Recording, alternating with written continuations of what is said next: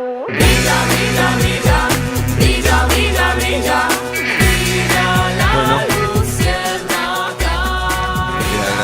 a los expositores, la verdad que el tema ha sido muy interesante. Y bueno, habilitamos la palabra para que haya preguntas y ahí antes de darle la palabra, queremos señalar que está con nosotros el ex intendente Eduardo Conde, a quien le brindamos un fuerte aplauso y muchas gracias por acompañarnos. Hola, buenas noches. Soy el doctor Sonsini, acá de Carlos Paz. Yo soy doctor en ciencias meteorológicas y he trabajado mucho en la parte del medio ambiente, no solamente acá en nuestro país, poco porque no se dan las posibilidades, pero sí a nivel internacional, porque participé o era miembro de la Organización Meteorológica Mundial y director regional para las Américas, y o sea que atendía los problemas ambientales de 35 países de las Américas: América del Norte, Central, el Caribe y Sudamérica. Cuando yo estuve ausente de Córdoba aproximadamente unos 30 años, y bueno, me tocó trabajar como director del Servicio Meteorológico Nacional Argentino y después como director regional para las Américas, cuya sede la tenía en Asunción de Paraguay y la casa central en Ginebra. Cuando yo regreso a Carlos Paz, me encuentro que hay un desarrollo demográfico enorme. En Córdoba lo mismo, enorme, pero me agarro la cabeza de todo lo que se ha hecho que no se debería haber hecho. Carlos Paz es un ejemplo, por ejemplo, de todo lo que se ha hecho y que no se debería haber hecho, respetando la ordenanza del año 96, la 5310, del año 96. Lo que pasa es que son ordenanzas, acá en caso de nosotros en Carlos Paz hay ordenanzas, hay leyes también provinciales, pero el problema es que las leyes provinciales o las ordenanzas de los municipios, hasta que no se reglamenten, nadie le pasa. Yo digo, esto no está reglamentado y esto no se puede aplicar porque no está reglamentado. Bueno, me llamó poderosamente la atención cómo han crecido los edificios aquí en Carlos Paz y los proyectos que se han hecho, y a pesar de que existen leyes, pero no estaba reglamentada. Entonces, como no estaba reglamentada, el Consejo de Representantes podía decidir. Yo he participado de reuniones del Consejo de Representantes y realmente me agarró la cabeza.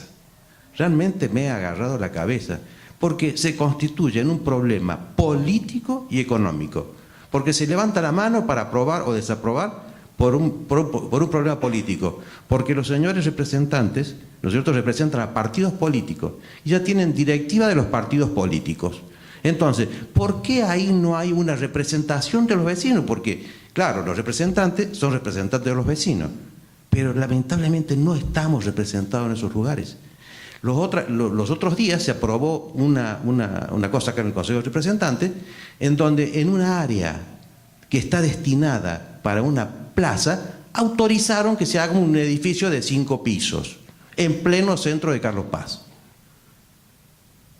Levantaron la mano, 6, y aprobaron por mayoría. Entonces se va a destinar esa en pleno centro de Carlos Paz para que se haga un edificio y no mantener una plaza. Después me dijeron, ¿usted sabe lo que es pagar ese terreno? No sé, ya es problema de ver qué hace el municipio para pagarlo. Entonces, acá, hasta que no tomemos conciencia, ¿no es cierto?, de que es importantísimo de lo que ustedes están hablando, que esta ley que se ha aprobado el 27 de junio es importantísima, debe reglamentarse. Por otro lado, quiero hablar de la parte de la justicia. La justicia está en pañales con respecto al medio ambiente. La justicia está en pañales. Por ejemplo, nuestra Constitución, que ya lleva varios años la reformada, hay un artículo que habla de desarrollo sustentable, ¿no es cierto? Pero con respecto al desarrollo sustentable se hace muy poco y nada. Y la justicia, usted mismo ha dicho, que en la misma justicia los jueces no conocen las leyes. No hay quien les ate la cabeza al Poder Ejecutivo, al Poder Legislativo y al Poder Judicial. corren cada uno por diferente, está bien, son independientes, pero por favor, pónganse de acuerdo en beneficio de la población. ¿Quién autorizó, por ejemplo, que instalara la planta de Monsanto? Esa persona, el que autorizó, el que fue responsable de eso, tendría que ir preso, o por lo menos pagar los daños y perjuicios que produjo. ¿Dónde está el incumplimiento de las funciones del funcionario público? ¿No se lo puede demandar por eso? Otra cosa, ¿se ha hecho algo con respecto a la parte de presupuestos mínimos en la parte de medio ambiente? Es decir, ¿hasta dónde se puede llegar a contaminar? Porque toda actividad del hombre contamina. Desde que el hombre está en la tierra, contamina. Pero ¿hasta dónde puede llegar a contaminar? Entonces, hay que determinar cuáles son los presupuestos mínimos, cuál es el máximo que se puede llegar a contaminar en tal aspecto. El que no cumple, no solamente tiene que pagar, sino que tiene que ir preso. Eso lo hacen en Europa, lo hacen en todos lados, y están trabajando mucho sobre los presupuestos mínimos. ¿Hasta dónde puede llegar el nivel de contaminación? Y el que contamina tiene que pagar, y tiene que pagar muchísimo para poder subsanar lo que se ha contaminado. Eso es lo que están haciendo en las leyes en los países más desarrollados de Europa, Estados Unidos, Canadá, etcétera, etcétera. No obstante, también tienen sus deficiencias. La están aplicando ya. Centroamérica es importantísimo cómo se ha movido. El Ejecutivo tiene una importancia enorme, lo que decía el señor diputado, enorme. Gracias a Dios, acá por movilización de los vecinos, se ha llegado, ¿no es cierto?, que el Ejecutivo, con muy buen criterio, ha llevado una ordenanza en la cual, ¿no es cierto?, ha trabajado la arquitecta Vina, la señorita también creo que han trabajado en este tema. El intendente ha elevado al Consejo de Representantes, ¿no es cierto?, una nueva ordenanza de intangibilidad del cordón montañoso. Porque Carlos Paz ya no nos sacamos más de encima y los responsables de esos temas no existen. ¿Quién autorizó el cuartel de la montaña? ¿Quién autorizó el edificio la contaminación visual? En Brasil, los otros días han demolido, por orden de la justicia, un edificio porque estaba contaminando la visual hacia una playa. Demolieron el edificio, señores. Entonces, hablamos de que las cosas están autorizadas con anticipación. ¿Qué me importa? A mí la compañía de teléfono aumenta, en mayo aumentó, y me cobra en junio con retroactividad a mayo, porque recién lo autorizaron en junio el aumento. Entonces, es una cosa que tenemos que tomar conciencia. Los vecinos tenemos un papel importantísimo en esto. Por eso aplaudo esta ley donde los vecinos se convierten en importantes en esto. Y yo voy a insistir, en los consejos de representantes, en las legislaturas, tiene que haber gente de ningún partido político que represente a los vecinos, porque todo se derime por una causa política o una causa económica. Muchas gracias.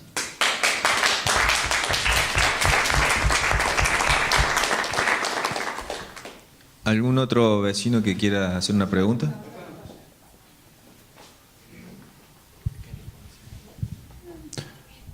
Sí, soy el ingeniero García Setti. Me surgen muchas dudas de la ley esta y particularmente quería hacer dos preguntas, una al legislador y otra a la doctora.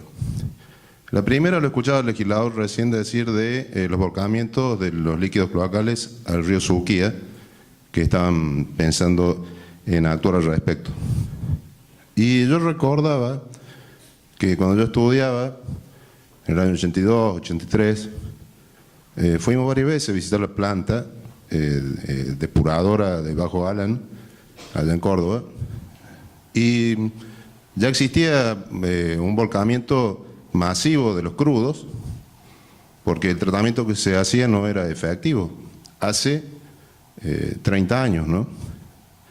A través de los años eso en algunos momentos se fue modificando, se modificaron algunos elementos de la planta, lechos percoladores que no funcionaban, pero siempre un gran porcentaje de líquido que se volcaba. Entonces, De ahí me surge la duda, la pregunta al legislador en su experiencia legislativa. ¿Cuál es la vocación política que puede tener este gobierno para la aplicación de esta ley realmente en todos sus aspectos? ¿Cuál es la impresión que usted tiene? Porque yo veo que existen algunos aspectos en los cuales se deja al gobierno la posibilidad de maniobrar, de acuerdo a lo que dijo la doctora, ¿no es cierto?, en las audiencias públicas, en la autoridad de aplicación, se deja muchas prerrogativas. Entonces, ¿cuál es a su criterio la real vocación de este gobierno en esto? Y a la doctora, esta ley con estos avances o estos acercamientos a la ley nacional, ¿va a permitir que se liberen los fondos, piensa usted, de a nivel nacional para poder aplicar en la ley de bosque, para poder aplicar en los emprendimientos digamos, que pueda hacerse a través de la ley de bosques? Gracias. Nosotros, a partir de la aprobación de la ley de bosque, aún con todo el cuestionamiento que tenía aspectos que el gobierno se podría haber parado en esa misma ley que hicieron aprobar en ese entonces, para que no ocurrieran las cosas que han estado ocurriendo. Sin embargo, los desmontes no pararon acá, por más que exista una prohibición expresa a avanzar sobre desmonte en la ley. A mediados del 2012 no se renovaron los contratos y del personal de planta permanente se lo distribuyó en otras áreas a 15 empleados de mucha antigüedad, y te diría que y profesionales, la mayoría de ellos, que tenían a su cargo dentro del área de ambiente el monitoreo de este tema de los desmontes. O sea, la vaciaron. O sea, yo creo que no hay. Por eso vuelvo a insistir, lo que nosotros venimos haciendo difusión es que quienes están en esta lucha sepan las cosas que están acá adentro, porque es donde nos tenemos que parar para reclamar que eso se haga. Después, respecto a lo que decía el señor Sonsini, ¿Sonsini? Sí. Es tan grave el tema de la justicia como el tema de los funcionarios. Porque nosotros, cuando le autoriza la municipalidad de Malvinas Argentina a empezar a trabajar, hicimos una presentación con esto que usted dice, o sea, denunciando a los funcionarios, pero no denunciando el hecho, el tema de fondo de si Monsanto contamina o no, diciendo que la ley, claramente la ley nacional, y si uno lee bien la propia ley 7343 del año 85, dice que hay que hacer estudio de impacto ambiental, dice cómo tienen que ser las cosas, y ellos están habilitando a que se inicie sin haber hecho nada de eso. Bueno, esa causa fue archivada porque en Córdoba existe un fuero especial anticorrupción, que son fiscalías que se han creado.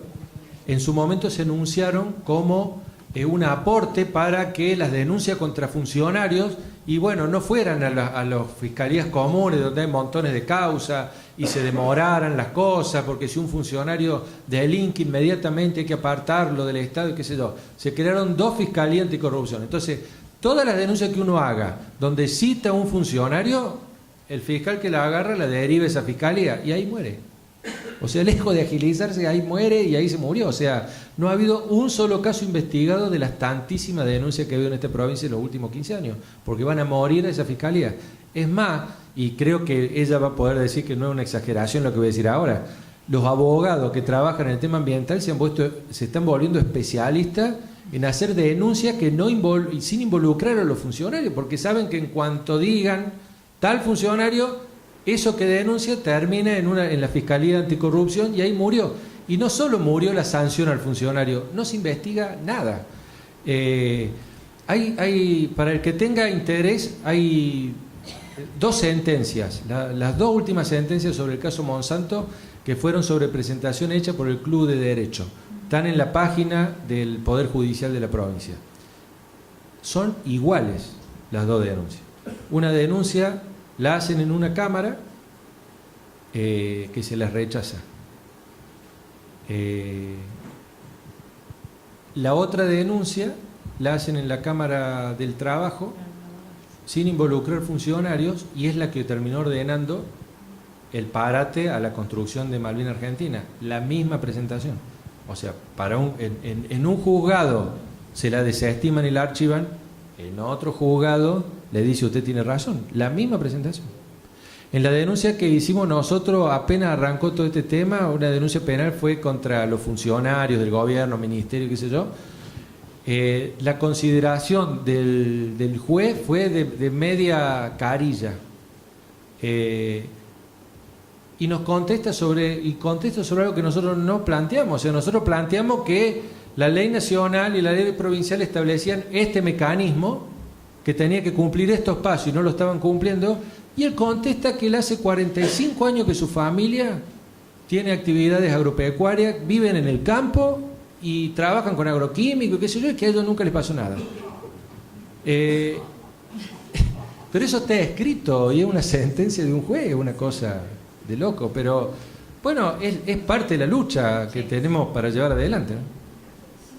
Sí, y educación, o sea, bueno, seguir educando y seguir trabajando para generar la conciencia. Y bueno, en respuesta a la consulta sobre la ley de bosques, es una de las demandas que vienen planteando las organizaciones, o sea, la necesidad de derogar esa ley de bosques inconstitucional, por cuanto al final prácticamente no tenemos zona roja ya a proteger en Córdoba.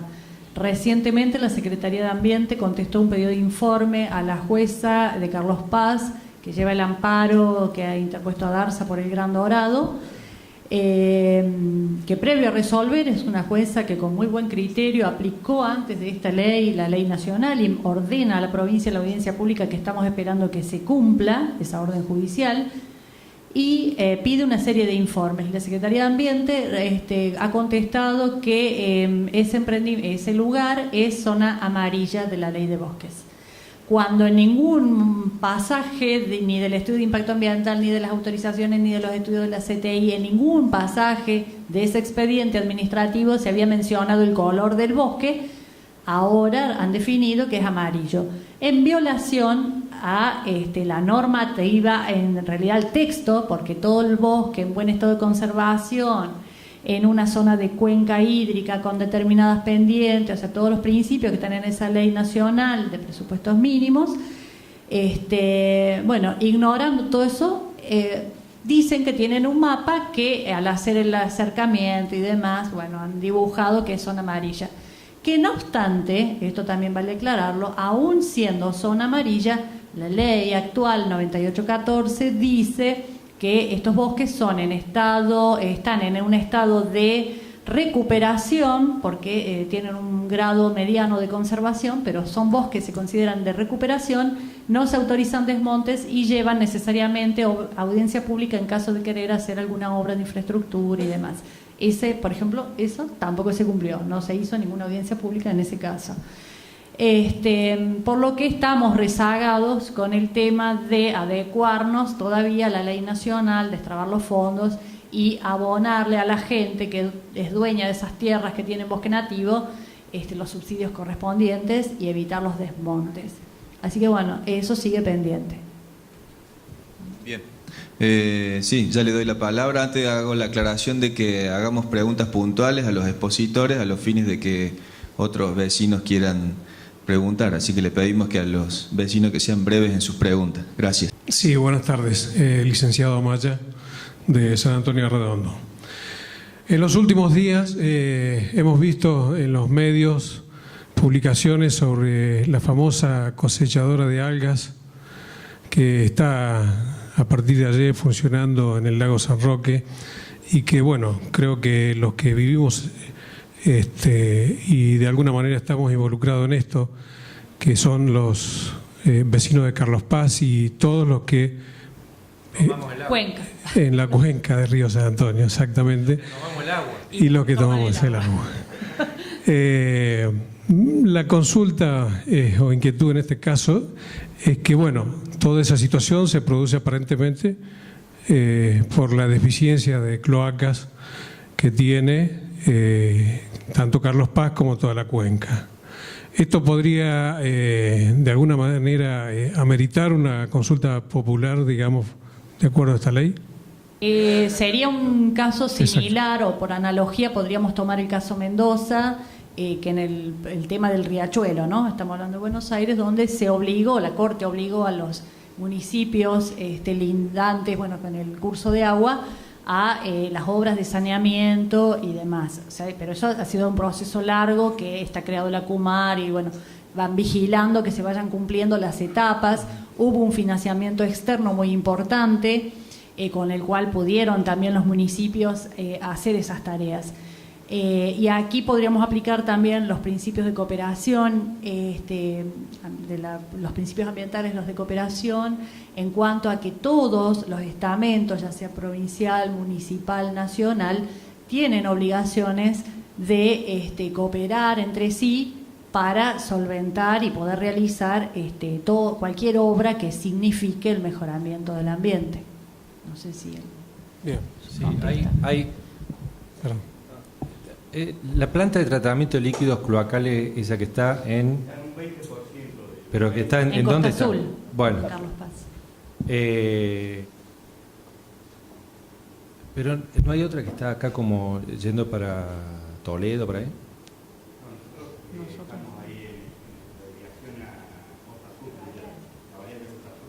Ahí va todo. Esa tengo entendido que es la segunda planta del país. Segunda planta del país en tamaño y en tecnología. Es de las más modernas que hay en el país. No la han podido, no está calibrada porque la cantidad de líquido que entra no alcanza. Claro. Es decir, faltan las redes cloacales. Sí, las redes. ¿Cuándo se creó el comité? ¿En el año 2000 acá? Por el tema de las redes de todos los municipios. Pero del año 2000, estamos en el 2014, hace 14 años Sí, que se sí, constituyó el ente, ¿viste? Una sola vez funcionó. En realidad esto, volvemos a lo primero, más que un tema legal, ¿viste? Ya es otro tipo de pelea a dar por los vecinos para que los municipios y la provincia, bueno... Claro, la por eso provincia mi pregunta es ahí esa, es decir, si un mecanismo como la consulta popular podría ser, es decir, juntar las firmas para que justamente esa obra de alguna manera se concrete. Lo más que la o se consulta agilice. popular iría por el amparo ambiental. O por el amparo. Para que bueno. no se siga volcando líquidos sin tratamiento a ríos, a cabecera de cuenca. Pero eso tiene que ver con los gobiernos. O sea, ¿en qué destinan la plata en 14 años para no haber podido hacer las redes? Quizás el tema, esa planta, yo me asombré la vez que me comentaban esto de que era la segunda planta del país. Y que La hay primera gente que creo que pagó está en el sur, en Neuquén, en Chubut. Y esta es la segunda. En calidad, en tecnología, es una planta muy moderna y en tamaño. No ha podido ser calibrada porque la cantidad de líquido que llega no alcanza para que la calibren. Muchas gracias y los felicito por esta iniciativa. Danilo. Sí, buenas noches. Tengo 3 preguntas, pueden ser para los dos. La primera es si en la provincia de Córdoba existe un derecho penal ambiental, o sea, penas para delitos ambientales que involucren prisión. La segunda es una pregunta directa, digamos. ¿Estamos en emergencia ambiental? La provincia de Córdoba está en emergencia ambiental. Y la tercera es si el modelo productivo que tiene la provincia de Córdoba se considera sustentable. Porque si tenemos un modelo productivo insustentable, por más que pongamos regulaciones, siempre vamos a tener el conflicto y se va a resolver el que sea políticamente más fuerte en ese momento. Pero si por ahí cambiamos el modelo productivo a uno que sea realmente sustentable, vamos a tener menos problemas ambientales y menos conflictos ambientales. Si ustedes querían que fuéramos terminando las preguntas... Y por la hora, una última pregunta y nada más. Le damos la palabra al doctor Conde y cerramos por la hora, ¿no? Bueno, yo más que una pregunta, con todo respeto, voy a trasladar a ustedes y a todas las personas que están acá, los concejales, la experiencia vivida, y en lo cual yo me retrotraigo al año 86-87, cuando fui legislador provincial y presenté la ley del Comité de Cuenca,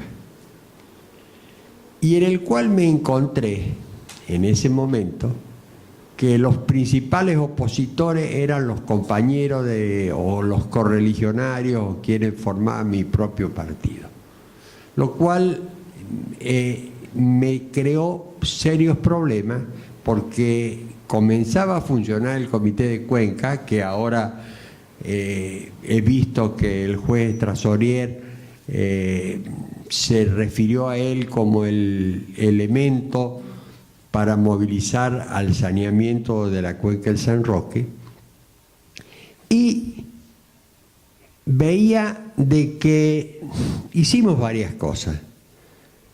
Se reunía en Cosquín el ministro de Obras Públicas, que era en aquel momento Ramos, Vela, el ingeniero Vela, que tenía casa por Ichocruz, por un lado de eso, y era el representante de obra sanitaria de la provincia, que la nación la había trasladado a la provincia. Venía el ingeniero Jorge González por DIPA, que después fue rector de la Universidad Nacional de Córdoba, y quienes éramos los involucrados, o sea, yo como legislador estaba presente, pero los que eran los involucrados, que eran los intendentes, salvo 2 intendentes, los demás no iba ninguno. Tal es así que después yo soy intendente de Carlos Paz, vuelvo a querer trabajar y no pasaba nada. Y yo veo que después de casi 30 años, 20 y pico de años, ustedes plantean lo mismo, de que las autoridades, o sea, el Ejecutivo, no toman la responsabilidad ambiental como un hecho fundamental para llevar adelante políticas que logren poner un medio ambiente adecuado a lo que necesitamos los seres humanos para vivir en salud y poder convivir sanamente.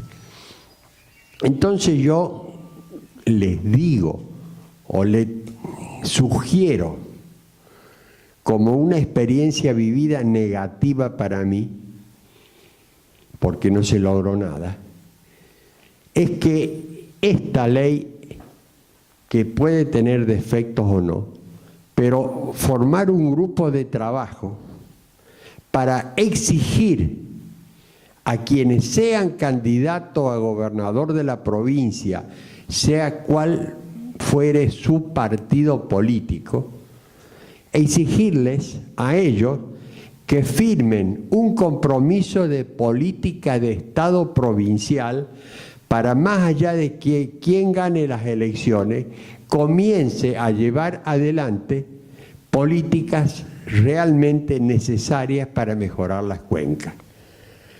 Esto, si no, no se va a lograr nada, porque han pasado 30 años y estamos en lo mismo, hablando que nos falta. Usted dice que Carlos Paz tiene la segunda planta de tratamiento, pero acá quienes tenían la responsabilidad de llevarla adelante no hicieron nada.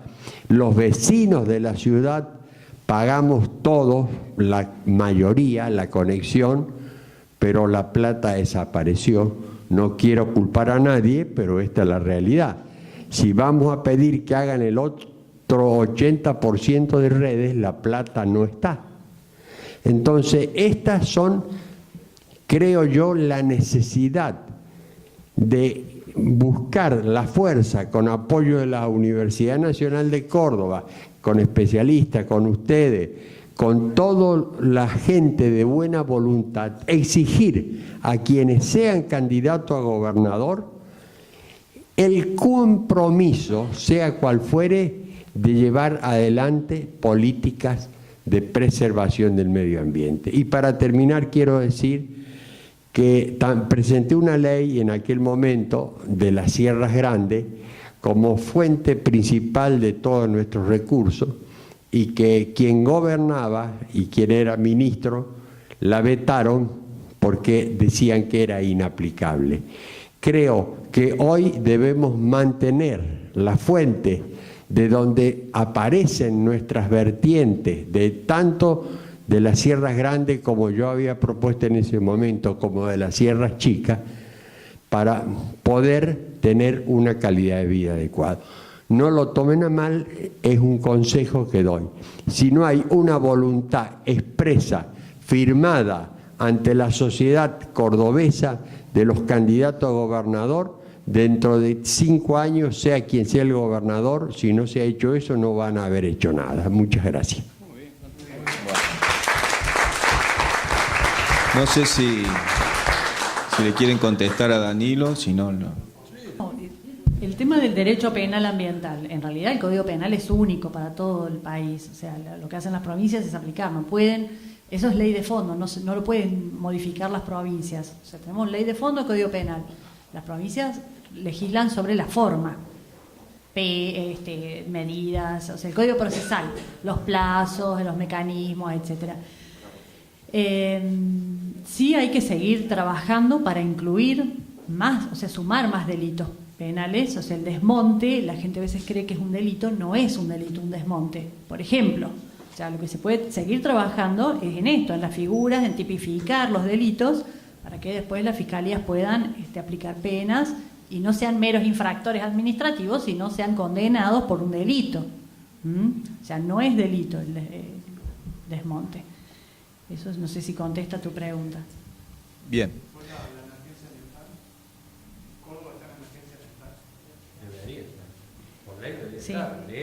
Sí, reconocerlo. En los hechos, ¿no? Está, Cortito claro. y nos vamos. Estuvimos discutiendo y se planteó la discusión que también incluso ella... ¿Qué sería la emergencia ambiental? ¿Podés definirlo a eso para entender? Porque hay algunos que no conocemos, pero si vos preguntas, Danilo, estamos en emergencia ambiental, ¿qué sería? No, la situación ambiental en Córdoba es grave, es muy grave. Y no es un problema de leyes, ¿viste? Sino de quien gobierna, qué hace. Mira, yo dije al principio que después de los incendios que hubo, empezamos a trabajar sobre el tema de incendios. Queremos presentar un tema, una ley. Queremos abrir la discusión de este tema, ¿viste? Sacarlo afuera y ponerlo arriba de la mesa y discutir este tema. Tomamos contacto y hemos venido trabajando con una ONG que se llama Defensa Verde, que son algo así como los SWAT de los incendios, ¿viste? Son un grupo altamente especializado de profesionales, son alrededor de 42, la mayoría cordobeses, yo me enteré ahí, que trabajan sobre grandes incendios forestales, incluso capacitan brigadas forestales de otros países, altísima capacitación. Hay meteorólogos, no son solamente bomberos altamente calificados. Y yo les preguntaba a ellos este tema, le digo, porque yo he leído que hace 30, 40 años atrás la cantidad de hectáreas que se quemaban en los incendios eran más que lo que se quemaba ahora. Sí, me dicen, pero el bosque nativo era mucho más grande que lo que hay ahora. Entonces la naturaleza sola se regeneraba. Hoy, si no interviene el ser humano, lo que se quemó no se regenera, dice, es muy difícil. Porque lo que queda de bosque es muy chico. Eso te lo digo por este tema. ¿Y qué tiene que ver con esto? El gobernador, después de los incendios últimos, anunció que se iba a poner a trabajar para remover la mayor cantidad de carga combustible en la sierra que se pueda, con bomberos voluntarios y con los empleados de los aserraderos que tenían que cerrar, porque se habían quemado muchos aserraderos. Entonces el gobierno le iba a dar trabajo a esa gente para que junto con los bomberos removieran, no se ha hecho nada. Entonces hoy tenés más de 100.000 hectáreas, en febrero anduvimos y este fin de semana vamos a andar de nuevo, recorriendo a pata, de Atos Pampa ya a Canto. Tenés más de 100.000 hectáreas de bosques quemados, o sea, no, son árboles que están parados, quemados, y con esta lluvia ha crecido toda la maleza, con este invierno con las heladas se secó, y es el combustible del próximo incendio. Entonces, ese es el criterio de emergencia. O sea, hay que trabajar. El tema del lago San Roque, el tema de la mayoría de nuestras cuencas, el tema de lo que pasó con el dique Piedras Mora. No es solamente que llovió mucho. Como hay, el dique Piedras Mora es un dique nivelador, que no es que tiene que estar vacío para que cuando llueva no es nivelador de la cantidad de agua que cae, es nivelador del funcionamiento de las turbinas de las centrales de embalse. Porque cuando turbina para generar energía te larga una cantidad enorme de agua, y cuando no turbina no. Entonces, si vos no tenés un dique nivelador, el río aguas abajo algunas veces tendría mucha agua y otras veces no tendría nada. Entonces el dique nivelador actúa nivelando, pero nivela eso. Lo que pasa es que ahí se ha hecho toda una cuestión con la ribera de restaurantes, de hoteles y qué sé yo, entonces lo mantienen lleno. Entonces cuando llega la lluvia, allá va, ¿viste? El agua, creo que abrieron la mitad de una de las 3 compuertas y se inundó todo lo que se inundó. Imagínate, llegan a abrir toda la compuerta, una sola compuerta que abran, no sé qué es lo que queda parado.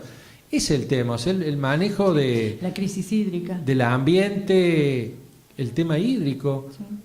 Yo he escuchado a varios profesionales que te afirman que en realidad no deberíamos tener problema de provisión de agua. Que las corrientes subterráneas que todavía hay en Córdoba son grandes. El tema es que todo eso se lleva con obras que no se hacen. Es cierto eso, esa es la emergencia ambiental, son actitudes, acciones de gobierno, más allá de lo que diga la ley. Este tema de la ley de bosque, expresamente está prohibido los desmontes en Córdoba, expresamente en la ley. Hay desmonte todos los días vemos los diarios. Ahora sí se está empezando a trabajar, que yo he visto aparecer noticias de que se llega antes, no que se llega después y se multa. Porque han empezado a trabajar con satélites desde el Ministerio de Ambiente, entonces con los satélites ven cuando están empezando a desmontar y le caen encima, han parado 2 o 3 desmontes grandes. Pero hasta ahora no pasaba absolutamente nada. Y con el tema de las penas discutimos ese tema, de incorporar penalidades, que vos también lo pones como una falencia, que no tiene penalidades. Sí, pero ¿qué pasó? Clara, sí. No las tiene. ¿Qué pasó? Los legisladores de Unión por Córdoba estaban dispuestos a poner penalidades, pero como penas que se incorporan al Código de Faltas. Nosotros y otros bloques más venimos planteando la derogación del Código de Faltas. Entonces nosotros no íbamos a generar penas que fueran al Código de Faltas. Entonces preferimos dejar como estaban las penalidades en la ley 7043, la ley del 85. Porque otra cosa que dijo ella y que no tiene que pasar desapercibido es que esta no es una ley que viene a derogar lo anterior, complementa lo anterior. Es decir, están vigentes las leyes anteriores, la ley 7043 está vigente también. Y el tema a lo que usted hacía referencia, y usted sabrá también, que en realidad las soluciones a los problemas son muy simples, generalmente. Estamos hablando del año 85. Yo recuerdo que cuando, no me acuerdo del año, pero era intendente Martí, y en Córdoba andaban los camioncitos equipados midiendo la polución del ambiente. Y estamos hablando de hace cuánto, 20 años atrás. Bueno, hoy no existe nada de eso. El otro día salió un estudio de un ente privado, porque el Estado no tiene seguimiento de estas cosas, de que la ciudad del casco céntrico de la ciudad de Córdoba es uno de los lugares de mayor polución ambiental del mundo. Triplicaba los índices permitidos por la Organización Mundial de la Salud. Y te lo dice un organismo privado, porque el Estado no tiene seguimiento de esas cosas. Muy bien. Bueno, les agradecemos a ambos y le vamos a pedir a la concejal Mirta Alessio que le entregue unos presentes a los disertantes. Y queremos aprovechar la oportunidad para invitarlos para mañana en el Club Bolívar a la apertura de sesiones ordinarias con el mensaje del intendente, a las 18 horas en el Club Bolívar. Un fuerte aplauso.